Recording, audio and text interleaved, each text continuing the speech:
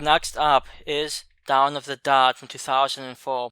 So this is a remake to the famous Romero 78 Dawn of the Dead. This one came out 2004, directed by Zack Snyder. Probably one of the best zombie movies in the last 20 years.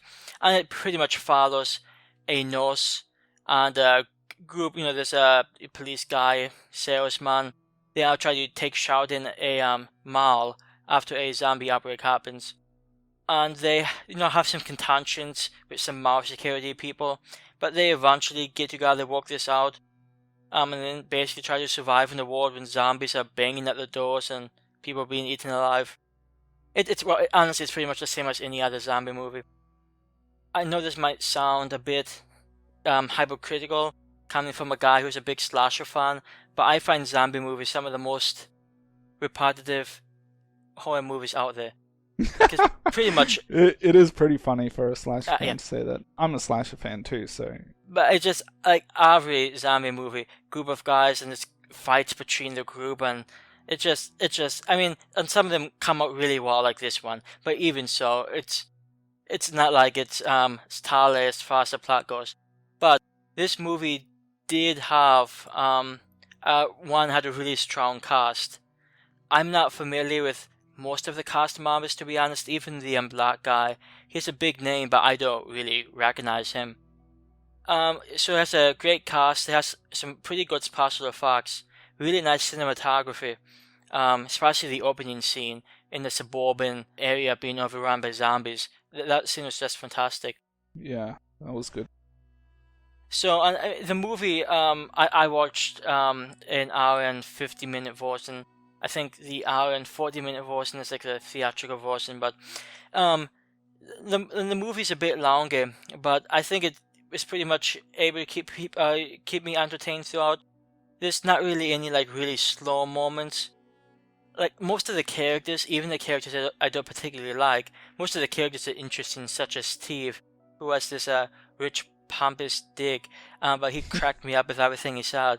And even some characters that you might not expect you would enjoy, you end up sort of liking, like CJ, who was one of the mall security guys, and he actually becomes almost an okay character.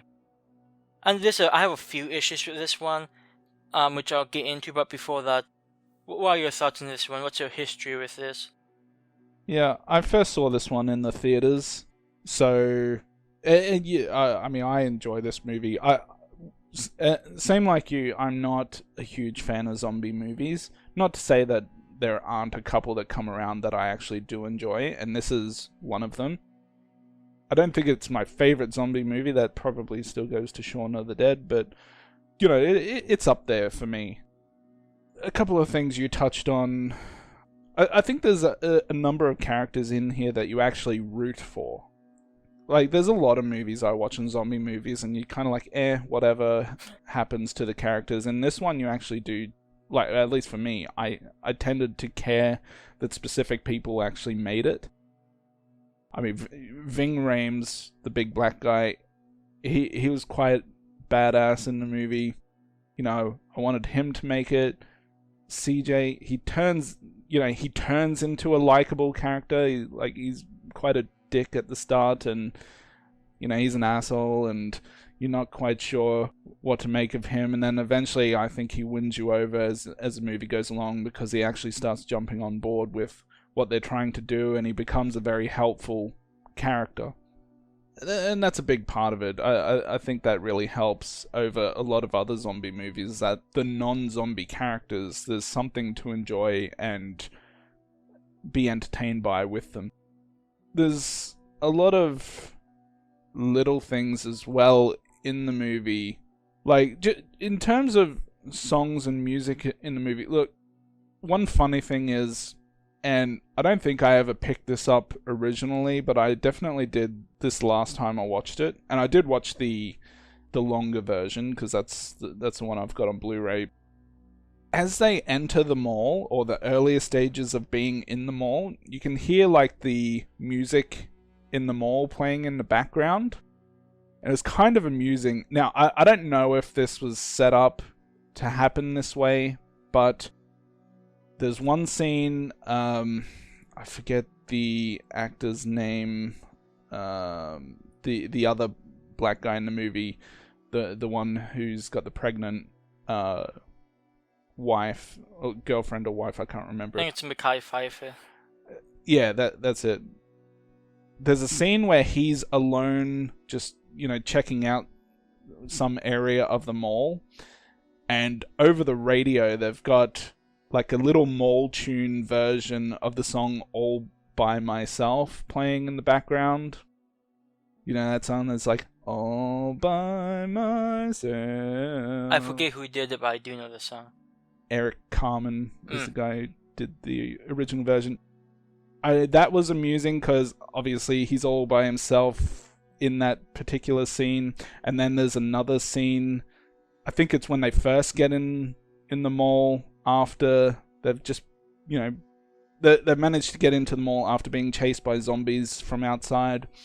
And they've got a tune that "Don't Worry, Be Happy" song in the background. I don't know. It feels like that was set up. Maybe it's a coincidence, because there was one other song later on played that didn't seem to have any kind of relevance to the situation. But anyways, and another thing with music is, look, at the end of the movie, they play the Disturbed song "Down with the Sickness." A lot of people know it, very popular song. But earlier in the movie, they have a lounge version of that song done by this guy called Richard Cheese. And if you've ever looked him up, he does like lounge music versions of other popular songs, some heavy metal songs. And it's just so amusing and likable, and I don't know, it fit in well with the movie, so that was amusing to see as well. Yeah, it's fun because I'm not a big Disturbed guy. When the lounge version popped up, I thought I recognized it, but I couldn't place the song. And then once we get to the end, when they actually play the original Disturbed song, like, oh hey, that's what it was. That's an interesting musical style choice there. Actually, speaking of songs, I don't know why I didn't mention this before, but when the Johnny Cash song "The Man Comes Around" is playing during the sequence showing them reacting to the zombie thing going on in the world, that's a really enjoyable sequence for me. One, because it's not my favorite Johnny Cash song, but it's a pretty good Johnny Cash song. And just seeing all of that chaos, going out throughout all these different countries, and it really makes you question how many people are going to be around in, like, let's say 5 years after this. And if you think about it, like, while everyone's been, well, a lot of people have been at home due to coronavirus and everything, and everyone's acting like it's the biggest, worst thing that can happen in the world. I mean, just to put things in perspective, just consider this situation. I think the big zombie outbreaks probably a lot worse. Yeah, just maybe it's possible. Yeah, I mean, yeah, you're gonna be sitting in a lot more isolation if that happens. Anyways, another thing about the movie, like something that's just kind of memorable to me, and it's just that line, "When there's no more room in hell, the dead will walk the earth," and the way Ken Foree delivers it on the TV in this movie. I don't know, for some reason that sticks with me too. I really like the line. Obviously, that's borrowed from the original movie, but yeah, it's just one of those all-time lines. It's just really, really good. Really good to hear and see. Just the only other thing that I kind of wanted to mention is that it doesn't happen very often, but and this isn't the only time it's happened, but this is one movie where, it's proof that a remake and original can both exist and both be considered good. Because this movie has like I think a 7.3 on IMDb, which is really high for a horror movie, especially a remake of, like, a more modern remake of a classic horror movie that and it's not like, it'd be different if people didn't really care for the original. but obviously it's one of the most popular zombie movies out there, and the remake comes along, and it seems like most people dig it. Yeah, so the interesting thing is, I saw this 2004 version of Dawn of the Dead long before I saw the original. And I think when I first saw it, I gave it like really high ratings, and I still think it's a really good movie. But after I saw the original one, I realized, the original is probably still about the movie. At least I see this clearly about the movie. But this is a very well done remake.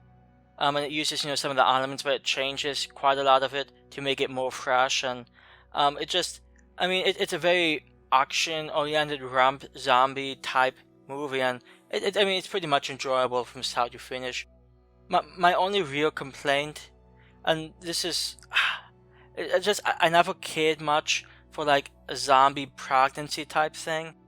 So that scene, I'm sure it may have shocked some people who saw it, but that scene never did much for me, because Mekhi Phifer's character he's a decent guy at first, but then he just slowly becomes degraded by everything going on with his wife, which makes sense.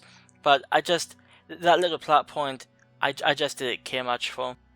Well, here's an amusing thing for you.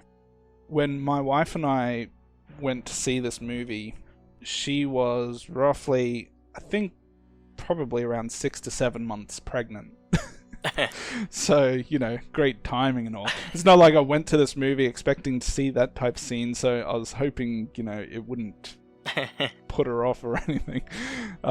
She seemed to be fine with it, but, it's just one of those things that happens, like, not the greatest time for this type of thing to pop up. Because I don't remember it. It's been ages since I've seen the original, and I don't remember that happening in the original. I may be wrong, and if I'm wrong, you can just erase what I'm about to say. I'm about 99% sure that did not happen in the original. Anyways, yeah, it's not like a scene that I don't feel like that part of the movie would have made a difference in terms of my enjoyment. But whatever. Yeah, and I guess I do want to mention one more quick thing. But Nicole, the woman who has the dog, and she's also the one who takes the truck to try to. It looks like she's trying to go save the dog. It's not really clear, but she's at that point, she's not really mentally out there. One, she's the same woman who appeared in Wrong Turn for a bit, but two, that choice right there just drives me crazy. Just, hey, while all these people are up here on the roof, I'll just go take the truck. And first of all, the zombies weren't touching the dog, for one. And it just, like, I feel bad for her character because she also lost her father early in the movie, which is probably one of the more emotional scenes. But boy, talk about a really bad character choice, and it might be one of the top 3 worst character choices in the movie. Yeah, there's a couple of poor choices in the movie, but that guy who accidentally chainsaws the other woman.